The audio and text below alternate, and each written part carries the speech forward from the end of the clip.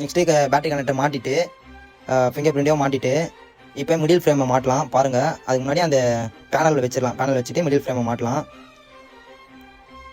வச்சுட்டு எல்லா சைடும் லாக் ஆகிற மாதிரி ஒரு ப்ரெஸ் பண்ணோன்னா லாக் ஆகிரும். நம்ம ப்ரெஸ் பண்ணுறது டிஸ்பிளேல பண்ணக்கூடாது, பின்னாடி சைடு இருந்து அந்த ஃப்ரேமில் ப்ரெஸ் பண்ணணும், அப்போ தான் லாக் ஆகும். நான் எப்படி பண்ணுறேன்னு சொல்லிவிட்டு கொஞ்சம் நீங்கள் டீட்டெயிலாக பாருங்கள், உங்களுக்கு ஒரு ஐடியா வரும். நெக்ஸ்ட்டு மிடில் ஃப்ரேம் மாட்டினதுக்கப்புறமா ஸ்க்ரூவெல்லாம் போட்டுட்டு அசம்பிள் பண்ண ஆரம்பிச்சிடலாம் பாருங்கள்.